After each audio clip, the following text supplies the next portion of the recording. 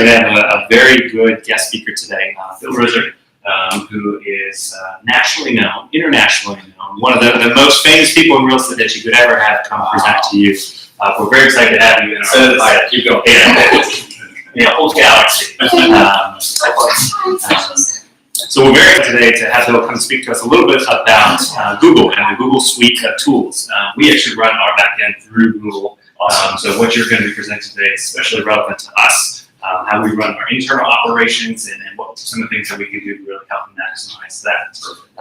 Bill is also a contributor and author to In the News. If you're unfamiliar with Inman, Inman is one of the best, if not the absolute best source for residential real estate news across the country.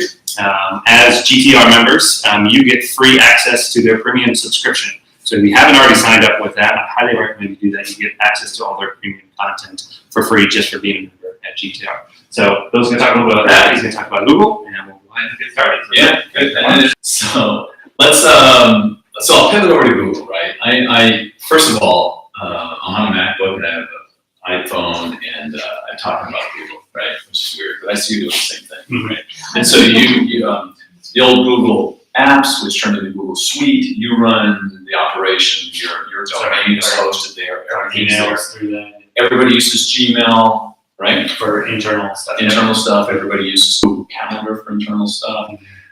Everybody's using Google Drive for storage. Everybody's comfortable with that. Is everybody playing with Google Forms, by the way, inside Google Drive? I know you are. I'm going to say yes to it. I can't get past this guy. But is everybody else playing with Google Forms? A little bit? Well, for the database. Good. So Sheets is big, the spreadsheet. yeah, and Sheets is all huge. I mean, you got to be in Sheets. That makes sense. So, all right. So what I'll do is, I want to talk about. We'll start with Gmail. I mean, I'll keep it simple and talk about some of the things I do that are a little bit different in Gmail. This is my live Gmail account. It's filled with fantasy baseball stuff because the trade deadline ours was the All-Star. So I apologize for that. There's a whole lot of stupid stuff in there, but that's life. It's our 32nd season, by the way, with history of baseball. So how old are you? 29. I've been doing this longer than you've been alive. So it's important. But there's a couple things I do differently here. One, I'm a big believer in plugins, and hopefully you're playing with those a little bit. My favorite plugin in here, two of them are up here at the top, Wisestamp, if you're not using that, or Boomerang. So Boomerang allows me to do things when I send an email. It basically says, would you like to send this now or later? And schedule it anytime I want. That's nice, schedule emails, right? But the really powerful part of Boomerang for me is when I'm reading an email, I can set up a Boomerang, or when I'm sending an email to somebody, I can say, please tell me in 2 hours or 2 days if they haven't replied. And so now it pings back at me and says, here's the email you sent 2 hours ago, they haven't replied yet. So who would you send that? Be like sending to an escrow officer, right? But maybe it's something farther down the road. If it's 2 weeks or 2 days, I don't care, whatever it is, it will actually then come back and give you that information, send an email back to you and say, it hasn't been responded to. Because how many of us just send it off and just hope, right? Like I did my work, I'll just wait for them to reply, right? You get that one already? I use Boomerang. I don't use Wisestamp. I don't know. So Wisestamp is for my signatures. So if I come into Compose, and I don't know, there's lots of other tools that do this, but it's an extension of Google Space. But if I go to Compose, this email, the signature line that pops up, is built through Wisestamp. And so I can create, I can have this signature, or I can create as many as I want based on different, maybe I have different companies that I work for, or different things that I want to talk about. But this is built through them, a whopping $14, $20 a year for that. And it has all my links in it, everything else that I want to have in there. But all my social links and anything else I want to put in there. So what was that called? Wisestamp. Wisestamp. Can you assign different emails? So you assign different emails to it. No, it's going to be attached to one email, but can you have multiple emails and you want to have one Wisestamp account and feed them out? Absolutely. Yeah, because you telling me which email you're I got 2 Gmail accounts. Yep. So. Yeah, so once you're in Wisestamp with their website, you'll build everything. So you can do that. So I like that a lot for me. I don't know how many people in this room, anyone using Evernote? Okay, briefly. So I'm an Evernote certified consultant. I'm a free for Evernote. So I can't really talk about my favorite thing there. But I have the ability I forward all these emails that matter to me in a certain way, shape, or form to Evernote because I want to keep them in a place that One, I access every day. My whole life is in there in one place, and so things that matter go there. That's a whole other session. Maybe we can do that another time. So we won't worry too much about it. I love these inboxes. I don't know if you use them or not. I think the priority inbox makes perfect sense for me. They've really gotten good at knowing what's primary to me. Social is going to be just what you think. This is all Facebook, LinkedIn stuff. It's in one place. Promotions, I subscribe to like everything that comes out to see what it is until I decide to get rid of it. And updates is going to be more social, more stuff or accounts that I have, like an update on any kind of ID. When I have a GoToMeeting account and I have a Zoom, all these accounts, when they get paid, all that shows up in updates because it's like that's where the receipt goes. Does Google keep, take the place of Evernote at all? Google Keep is their response to Evernote. Yeah. Doesn't have quite the power. And Microsoft OneNote is Microsoft's version of it. Right. So if you're a Microsoft person, you love Microsoft, it's OneNote. And Google Keep I played with for quite a while. Went back to Evernote. And they all integrate.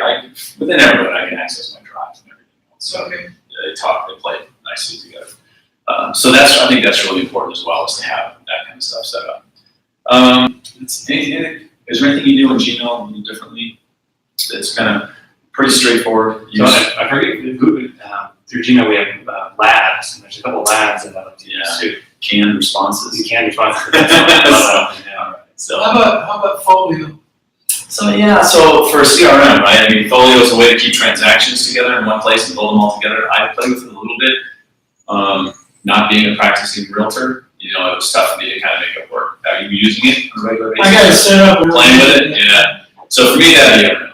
I would find another way to take all that stuff, whether it's because what Folio does, it takes care of, kind of groups all the emails that are coming in, and a lot of stuff's attached to the email. But what do I do if I've got something else that I want to add to that? Right? I've got an email. I guess I email it to myself in Gmail, so I can get it into that ecosystem, and it'll pull it in. But for me, I'd rather have that in another place. So, but Folio's out there. I think when it comes to extensions, we'll let you Chrome next, right? Because I'm kind of extension crazy. I imagine you are too. It's good to see, what are those, like all those extensions at the top up here, right? So we could talk about a few of these. And is everyone comfortable with extensions are before I go deeper? Yeah. So extensions are little pieces of code you can attach to the world of Google that make it do something different or better or whatever, or integrate with another product. So I'll show you how to get to them because it's not super simple. And you can get lost in the Chrome extension store just looking at all the ones they offer and what they do. So careful with that. Make sure you have time before you start. But if you look, it's really small across the top. But these are the extensions that I have that are kind of the ones I use all the time. The first one's Hootsuite. I use Hootsuite a lot back in the day. I still use it occasionally, but Hootsuite's just a social aggregator. It helps me, I can create a post and post it to 6 different networks at the same time. So buffers like that. Hootsuite's one of those tools. I like Hootsuite's Hootlet because it allows me to be on a website and I can just click that little guy and then it's going to allow me to tweet out that message easily or put it on Facebook. It's just real simple. Next one is Evernote, so that's important for me. The little go to Gmail, the Gmail one, if I'm in and reading online on an article, I can click on that. It just pulls up my Gmail account with the link built in. I just type in the person's email address and send it to them. It saves me the copying and pasting of the link and then opening Gmail. It's funny. Saving 3 clicks is like gold. It seems silly. Because you're like, well, can't I just cut and paste that? Can't I just open Gmail and paste it into the email? Yes. Or I can be, we could be an admin. Go here. I can be here, and all I got to do if I want to send this, article, the T-Rex costume article, whatever, I just click here, and then it opens up my Gmail. It puts the link to the website I'm looking at, and I just got to type in the person's name. Make sure that Gmail up. It's not showing up. It just does that for me. I just type in the 2 and hit go. That's just a one little extension, right? So it's called Go to Gmail. Next, as we go kind of farther over, this is my Google Voice. So we have a Google Voice number. I think everybody in this room should have a Google Voice number too. They're still free. They're going to start charging like in 2012, and it's still free. The ability to have your own phone number through Google that allows you to do some pretty cool things It's like, I can decide when and where and who gets the phone call when it comes into the Google Voice number. So I can have it say from 8 to 5, when someone calls, my Google Voice number comes to my phone. And from 5 to 9, it goes to an assistant's phone, because I'm an ogre, and I make her work at night now. Or I can say then from 9 to 6 a.m. that it goes straight to voicemail. That's total control. And if you have multiple people on a team, it can ring all phones at once. First person to answer takes the call, right? So it also gives me the ability to control my groups inside Gmail. I mean, I love the fact that if I wanted to, I can have a different response in my voicemail for each person who calls. I can say when Martha calls, this is what she hears. Hey Martha, it's Bill, I'm super busy, leave a message. And yeah, next week we got that thing going, I'll be back to you on that. Leave a message, bye. Now, assuming they get that far to leave a message, because you don't leave messages. But people my age do, right? You don't leave messages because you just look at the phone, you call back, right? Do you ever listen to messages? No, I found myself when I actually turned my voicemail off. So you just wouldn't give me the option anymore. Correct, yeah. I see they call and I'll call back. Do you, and would you say that's 75 or 85% of the millennials are doing the same thing? Probably high, because if I get a call from someone I know that they're already in my phone, I'll probably call them back. If it's a phone number that I don't know, I will text them and say I'm not available right now. Can you call back? And if they text me back, then I know it's a real person.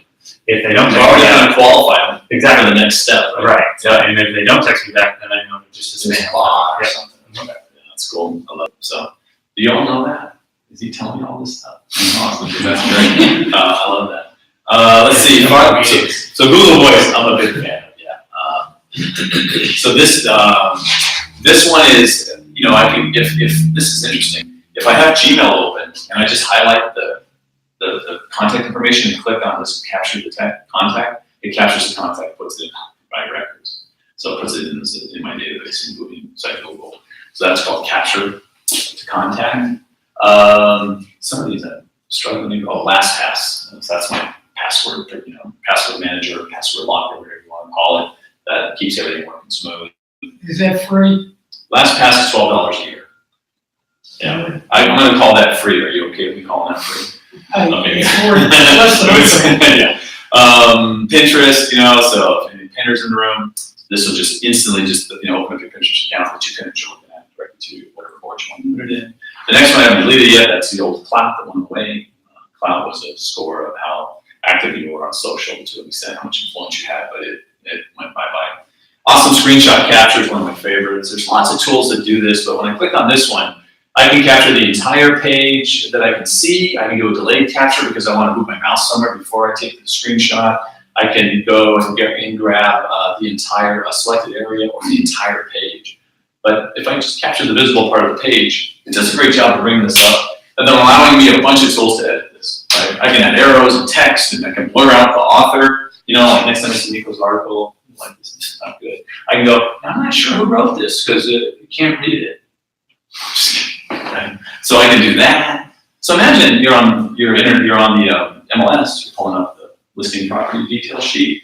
You want to get a copy of it. You want to put some arrows, highlight this, cut this out, do whatever you want to do, and then you hit done. It creates a JPEG. Do a chunk. Pretty cool. So that's called awesome screenshot capture. I like that one a lot. What else is across the top of here? Grammarly. So I do write a lot, and Grammarly is $60 a quarter. Now down to $20 a month. But it allows me to take a full article I've written, upload it to Grammarly, and it scores it for you. You use it like that. I haven't used it, but I've heard about it. Unbelievable. Because it'll come back and say, you get 75 out of 100. That's not good. I want to be over 95. Let's push 98. And it just goes through and it corrects grammar, spelling, everything. Looks for the most important thing is passive voice, right? I'm horrible about that. And I'm learning more and more as I use Grammarly. So before I submit anything, I'll run through there, boom, and it just tells you off to the side, do this, do this, do this, do this. As you fix it, your score goes up. When I get it around 98, because there's a couple things that I just don't agree with them, for whatever reason, it's the way I write, I'm good to go.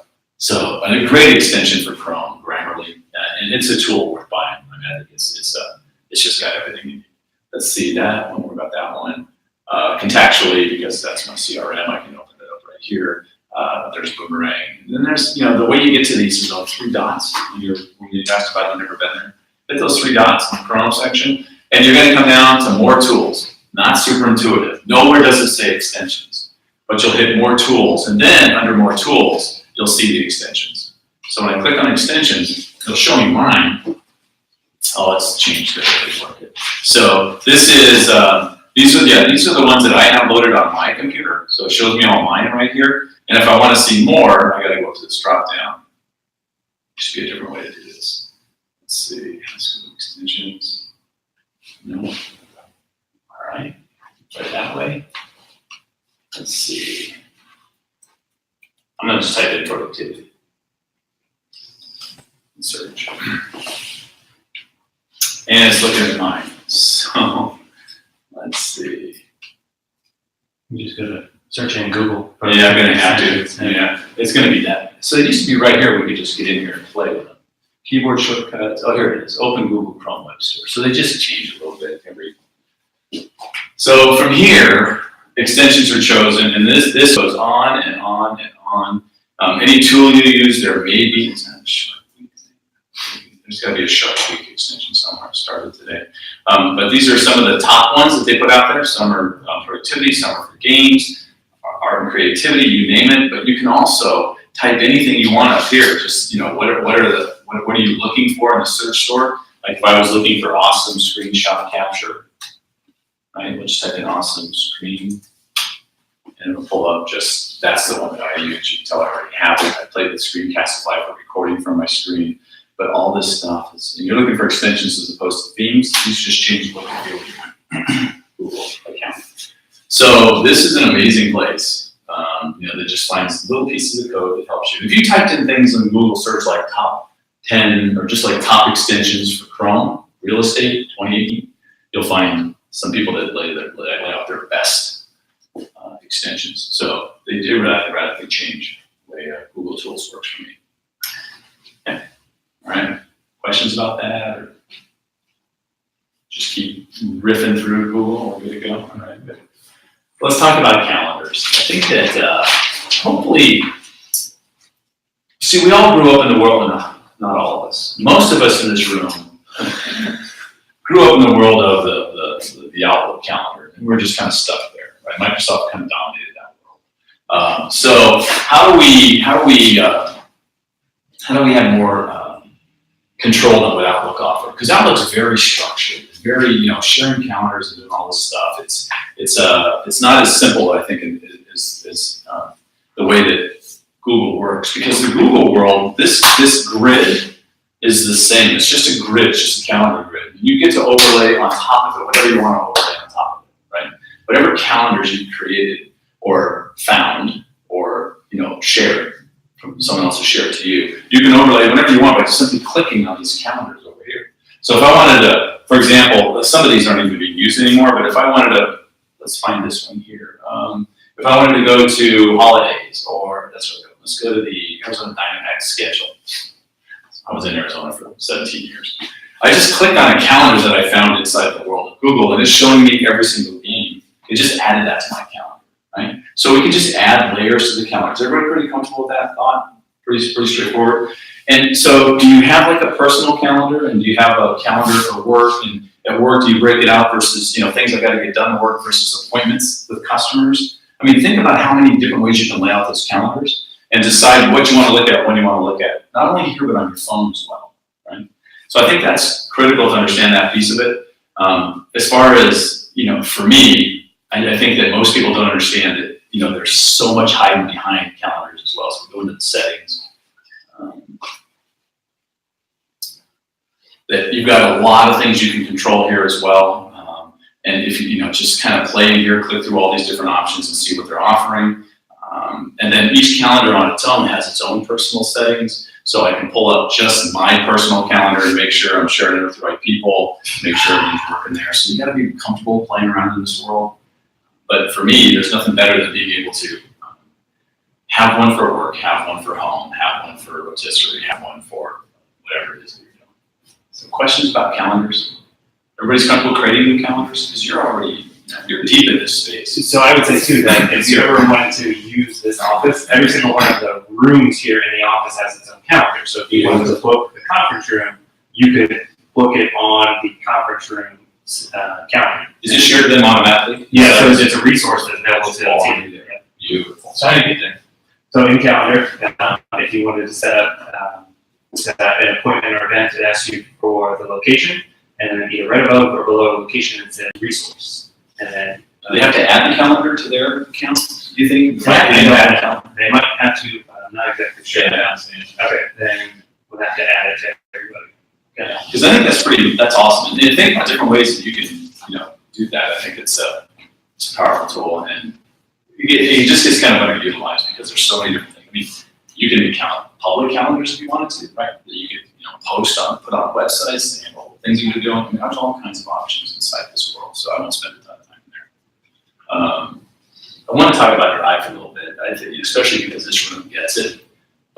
And by the way, that 9 square at the top of Gmail opens up this page, right? This is where you put your most used places. But if you hit more here, and then you hit, more, even more from Google, then this is everything that Google offers to you in their world, in their amazing world, that you have access to. And 99% of this stuff is free. Organize your stuff. There's the Microsoft Office suite, or the Apple's products as well. There's your pay-per-click and all that good stuff, and how you doing on that. Then this is everything. So I mean, there are things in here like if you want to get a passage from a book, there's a thing called books. Just click on that and start typing in some text, and it'll go find it in the book. Jeez. I mean, like everything that sat in computer rooms that were twice the size of this space, that took hours to do things, just sit with you. You have access to everything pretty much ever written on your phone. Access to all knowledge that's ever been gleaned is here. So this is fun. I mean, Google Duo, by the way, really cool one. Those people that don't have iPhones, sometimes you don't have an iPhone. This is FaceTime for Google, right? So I can have an iPhone, download the Google Duo app to my phone, and now I can FaceTime with an Android user.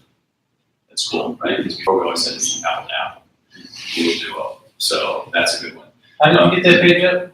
So if you go to all the way down to more, even more, all from Google, then keep scrolling down. And then once you're in here, these are their top, top apps. But at the bottom of that screen is where you see the rest. This one. That's not even that. And I want that. I'm sorry, what did you click on? I'll do it all. Sorry, I'm going out to the other screen. So if I'm here, anywhere in the Google world, and I click on that little 9 square, it brings up the apps I use all the time, right?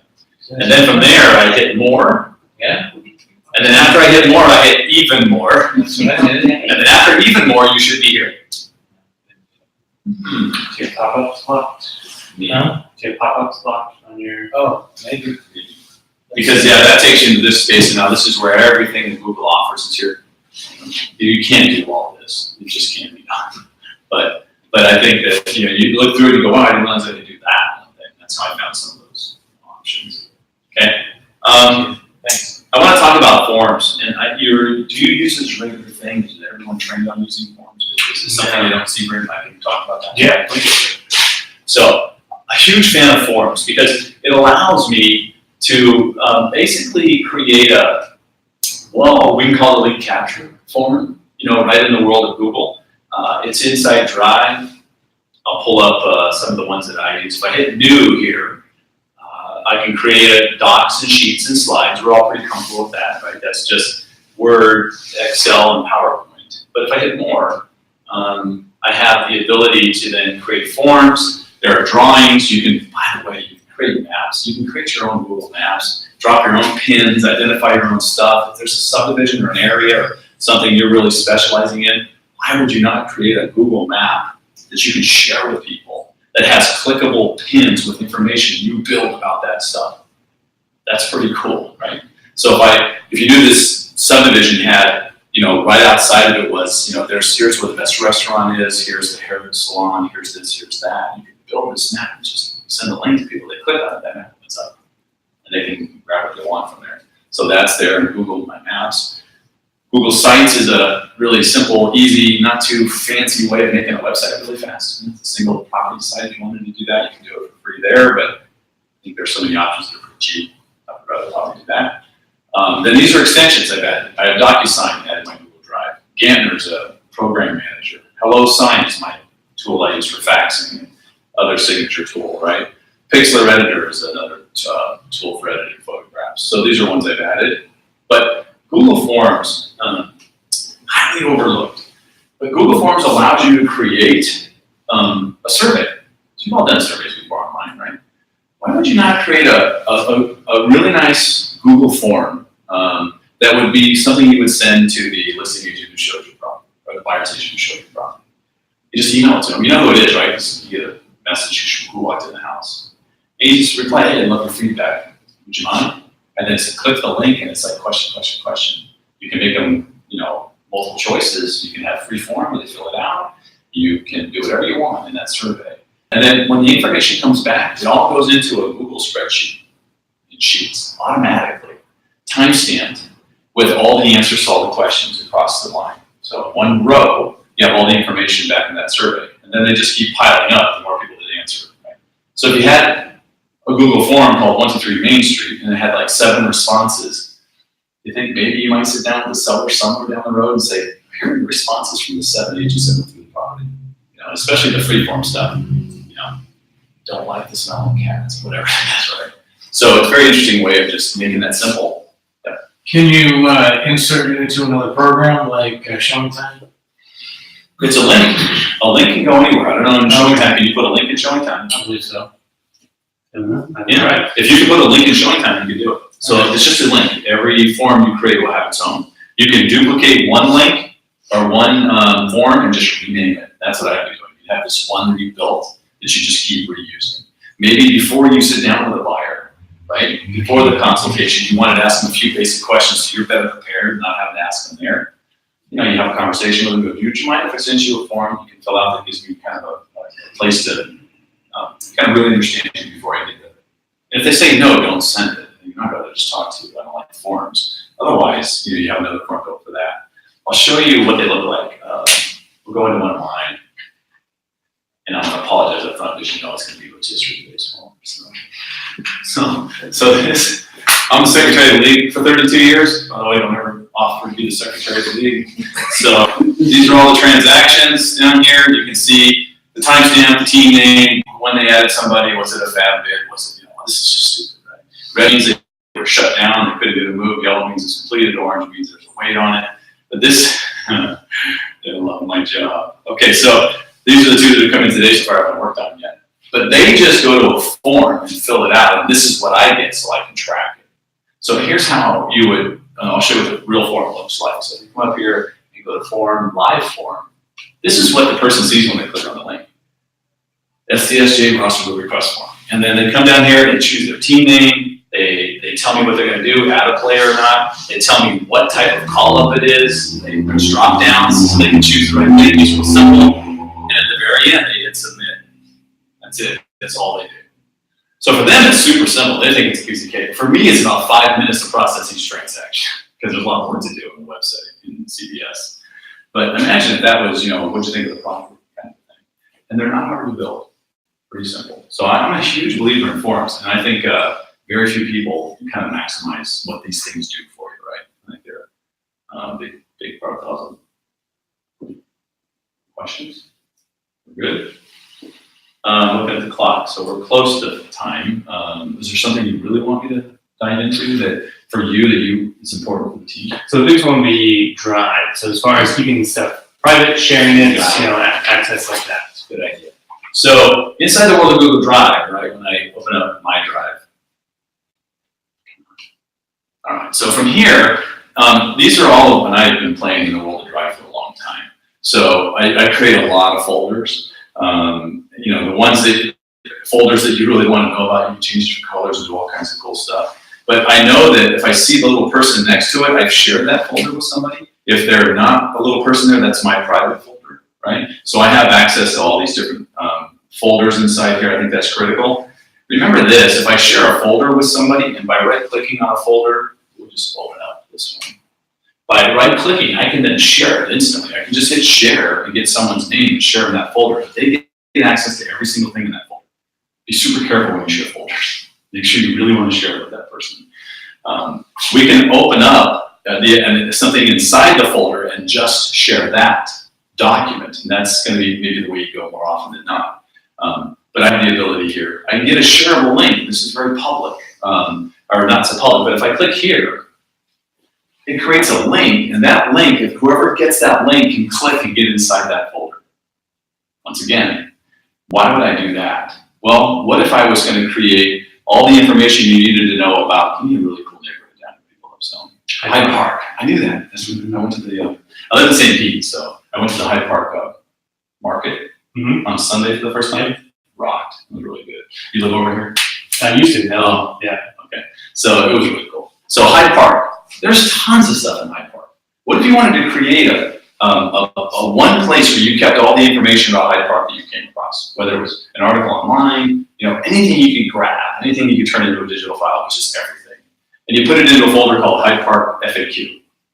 And you can then create a link that goes into your email that says, click here for all the Hyde Park information, or whatever. You have to be better marketers than I am. But click here for good stuff about Hyde Park.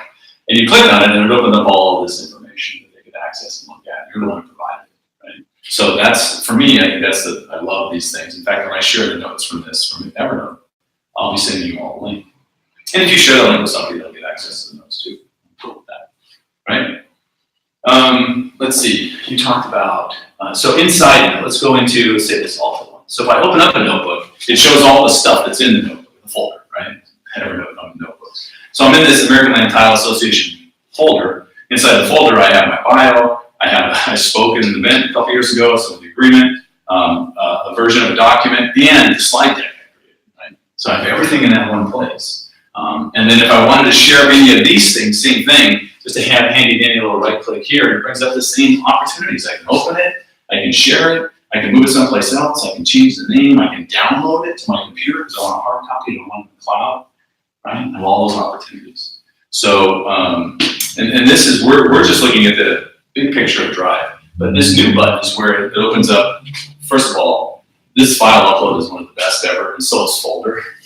So if you have a folder sitting on your computer with 12 documents in it, you can upload the whole thing at once, right? So the folder sitting there, you call it something and you want to get it to the cloud, it's on your computer. Maybe it's all the stuff in the transaction. I can just hit folder upload, click on the folder, it pulls everything up into this brand new folder that I've got built up in Drive. When I'm inside one of these documents, and we'll go back up this way. Let's see. From here, once I've created this, is the same thing. The ability to share is in here just by right-clicking or hitting the share button up on the upper right. Anytime you create something, the ability to share it out to someone, and not only let them see the document, but see the latest version. I think that's the power, right? If you're making changes and moving along through the process, the ability for me to come in here and see the most recent version is huge. Bill, I get inundated with people wanting to integrate IDX into my Facebook. Okay, you know of any way you can integrate IDX into this by a link? Well, I know, I'm not too sure about my Florida MLS. I know that in Phoenix, that you could purchase for about $250 a year a link that allowed you to send a link to somebody. When they clicked on it, it opened the portal, and they could sign up for stuff, and it would be into your account. So I don't think that's offered in your MLS, which is possible. But I'm gonna ask you a question. Like I think that search was really important from 2007 to 2017.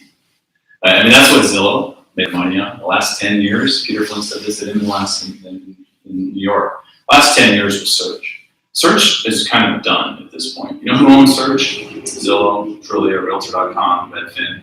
There it is. And look, it's Nico. I see your name right. I don't want to say it wrong. So Nico, he knows this. This is the computer for Nico's cohorts. This is it. It's not a laptop. It might be a tablet for the few either get, or it's definitely a bigger version. It's a Note or it's a Plus. But this is their computer. And I don't care what you do as a realtor to try and create a search experience, it's not going to translate here. You know what translates here? Realtor.com, Zillow.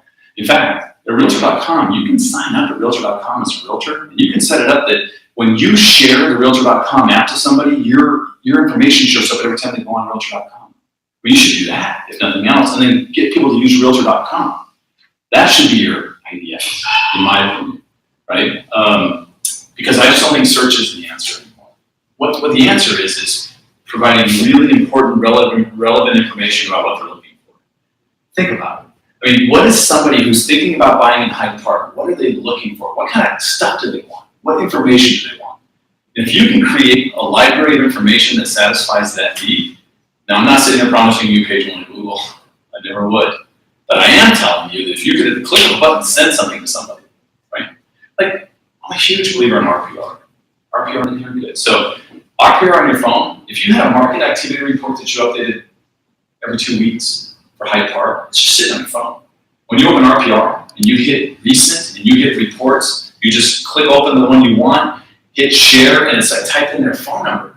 You could be at the marketplace, and somebody says, I'm thinking of you, really? You want the market activity report? And it's branded to you. It's got home and homes on it. Everything's there. All because we had it available on this device. So you've got to be thinking, in the old days, it was, don't forget mobile. And then it was, you got to be mobile friendly. And then it was, it's mobile first. I think you need to be thinking mobile only right now. We're at that point. Now, as I say with the MacBook here in front of me, could I have done this presentation on my phone? Yes. Have you done presentations from your phone? You probably have.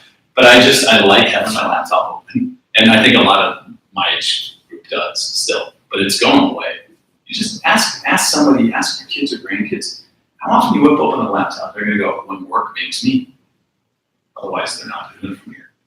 So how do we stay friendly here? That's going to be the first question. And the search on here is done. Look, for you, you should be using RPR and nothing but RPR on your phone. I would not have the MLS app on my phone. Everything in MLS is in RPR. Everything. And 300 different data sets on top of it. So why would you not use RPR? I know there's a learning curve. But It's better and better every day as far as accuracy. It should be as accurate as your MLS. RPR is the exact same data. It's exactly the same. I'm talking about for the value of the property. Oh, forget that. You got, so the realtor valuation model they talk about, first of all, you never let anybody see that. Don't ever send that to anybody. Because once again, no machine, well not yet, maybe one day, no machine's gonna ever be able to predict the value of property. That's why you're not out of the equation. That's why you'll always be in the equation. Because you know that property over on that street backs up to this, or you know what's coming in 3 months, or you know all this stuff about the property. That can never be solved. Right now, that can't be solved by an algorithm. So I have had people get so turned up by the realtor valuation model, they bail on RPR. Don't bail. You can pull a mini property report that doesn't even mention the valuation. And then ultimately, if you do a CMA in there, leave it in there and just work your way through the process, show exactly why you made the adjustments you made, and have a conversation about it. Or delete it and don't show it. You have total control on what you show on RPR. So I think for a CMA tool, it's amazing. I think from a mobile point of view, look, if for every listing in this place, if I was an agent here, I'd first ask, hey, you mind if I put every listing on my phone? You're going to say, go for it. I'd have every listing on my phone. I would have a mini property report for everyone. I might even send it to the listing agent. Hey, this is what we're giving you, just to make sure. And then whenever somebody had a question about a property, I'd go, well, we got this one, let me show it to you. And within 3 clicks, I'm saying, what's your phone number? I'll text it to you. And I text it to them. And guess what I just captured? Their phone. I already know the name because we were talking. And now is that a lead? That's a really good lead. Because you talk to this person, you got their phone number. Now you got to do the hard work. The hard work is, as you know, if you're training people, it's the hardest thing. It's how do we follow up and how do we get people to not be afraid to do that? It's the hardest part. So there's I think, I don't know, like if in my world, if I had Evernote, RPR, and Google Drive, there's nothing else I need to run a business in real estate. It's really everything, right? So we're out of time, but I'll hang out as long as you want. I gotta go to Apollo Beach. So it's not looking forward to that ride. But that means I'm not coming back this way. I'll go home south. I've learned that. I've been here a year and a half now, so I've kind of got that all figured out. Stay away from this part of town around 5. Go south. The Sunshine Skyways for better. More miles, but less time. I hope it's what you needed or what you. Yeah, really helpful. Good. Because there's lots of other things that you can tell I'm pretty passionate about RPR. I mean, one more quick tip. Imagine this. So the mini property, I love the mini property report. 10 pages. It's pretty basic. It's good stuff. So you do open houses in here, right? You're sitting in an open house. You print one really pretty color copy of the mini property report that sits right on the counter. Guarantee you people are going to pick it up and look at it. Oh, can I take this? Oh, it's my last one. Do you mind if I text it to you? It's on your phone. So you just go click, which phone number? Because you have sign-in sheets and stuff, but I don't have to tell the truth there. Now they want that thing, which phone number? And it's in. And then as soon as they walk through the door, you hit the I, you make a new contact for them, right? Because now they're in your phone. So I think, I love what that thing, the opportunities that RPR presents for lead capture and just setting yourself apart from other realtors that can't do that. Before you get away, can you show us how to get into inland? Oh, yeah. I did send them a note because when I signed up, and they said, we do have a select set of associations that partner with inland and provide it for free to their members, which you already said. And So my first guess is when you go to the association website, do they have a link to them in there? I looked all over, that's why I couldn't find it. Man, that's the first place I would think it would be. Is that I website? just sent us an email. I signed up for it. It was an email. Sent you an email? Yeah, it was from G-Card, and I think Nico sent me one too. It's already registered. inman.com/GTR. I'll do that. Do you like the GTR change? Or is it? People don't No one's even doing it right. Yeah. I tried real hard. Yeah. Boom. Inman.com/GTR. Looks like a sign up page. Oh, okay. Yeah. And I'm already a member, so it recognizes I'm a member, but I imagine when you're not a member, it's going to put you in here. So, and really, every day they send out a recap of what's being published in their select. There's some really good content, really good articles, good information. It's a primary source of information for me. I'm sure for you too. It's crazy how much, they have a staff of writers that write investigative stuff and some very interesting stuff. And then there's this bunch of people around the country who are sharing what they're doing in their spaces. It's very cool. So you share what you do. Yeah. Right? And what kind of articles were you focusing on? So the best one, I get a lot of traction. 99 real estate lead sources is one. Game theory and negotiation. I have one on Monday coming up. The one thing you need to do in every listing presentation. Stuff like that. Yeah, great titles. Yeah, you know that. It's all about clicking. Yeah. You're clickbaiting hell out of that. Oh, yeah. Awesome. One thing. What is the one thing in a heartbeat? You gotta wait till Monday and read it. Oh, you're so bad. All right, I'll read it on Monday. I'll leave a really nice comment.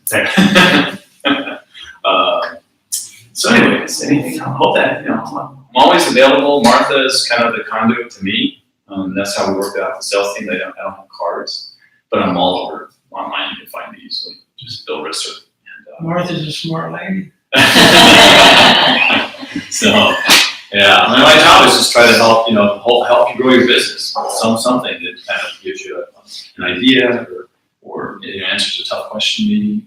So I guess 2 questions. Yes. So one question we ask all of our guests that come in is, what is a way that you like to grow your business or develop your clientele?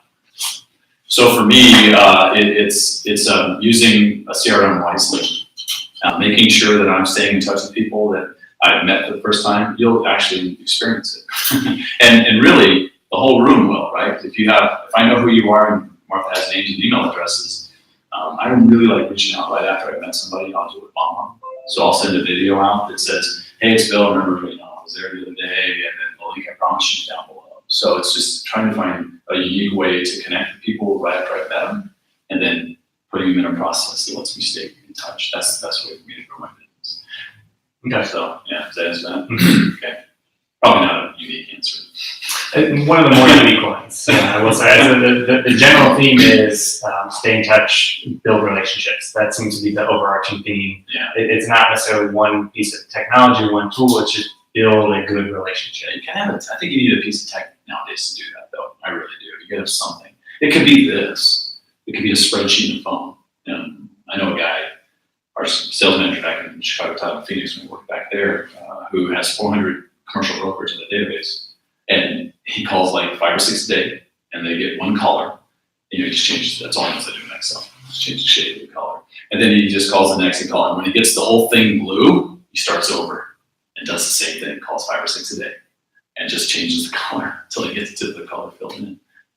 That's brilliant. They just say hi or He's just saying, hey, topics. it's been a while. I just want to say hi. How's it going? That's all he says. He doesn't even have something to talk about. He knows he'll find something to talk And about. then with all the other folks he's talked to and generate topics to talk about. Well, it all comes up, right? Yeah. It's a different world. It's a different world in commercial because they're all. It's almost like a B2B feeling, with that side. But like, could you do that with your customers? Absolutely. Could you just call them and say, I was thinking about you. How's it going?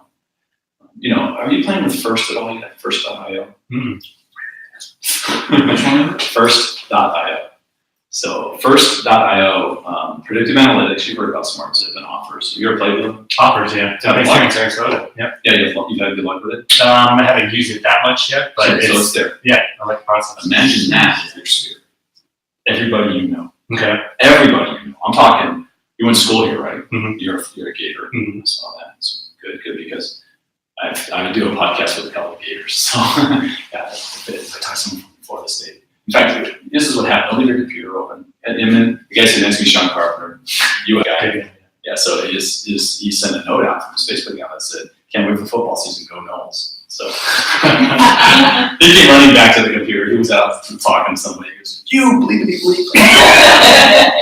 Sorry. It could have been worse. It could have said balls. Right? Yeah. So, anyways, where was I going with that? First.io. First.io. So imagine you give 1,000, everybody you know, and it's a lot of people in your database.